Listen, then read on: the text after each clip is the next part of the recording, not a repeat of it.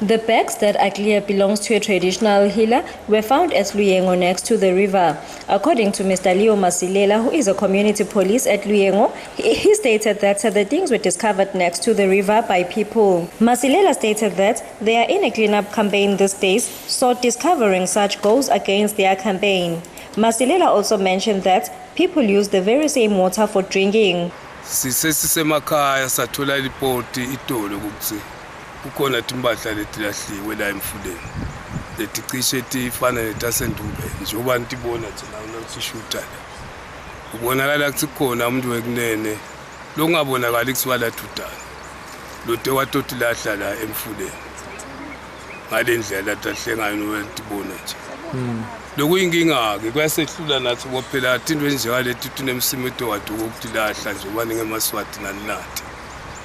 ukuthi kunendlela yakho ukuthi nyalo nje asathi kustatsini sisabathinzile-ke labadzala bemango batosibonisa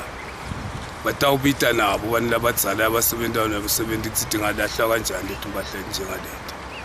lesingakusho ukusiphatha kabi baka-Channel S vele la eliyengweni semkhankasweni ukulwa nenzaba ukulahlakala kabi kwetivi sekusha-ke lokhu asikwati-ke lokuthi inyanga-ke nato nasetilahla emasiko ato nje ubani kunakuphayisisa nje kubonakala la indumba nje yonke iphelele nayo asathi-ke lokunene ukuthi thina sitakuthini keja-ke kusho ukuthi sekutabona ngilabadzala bemango bala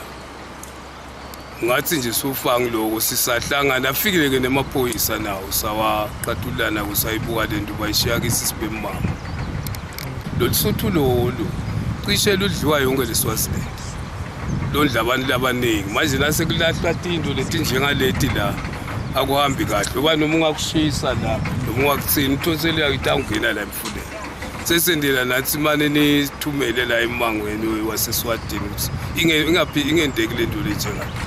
sisatawubona kona lokuthi sikwenta njani sibantu labadzala balaliyengweni ukuthi sekuthini.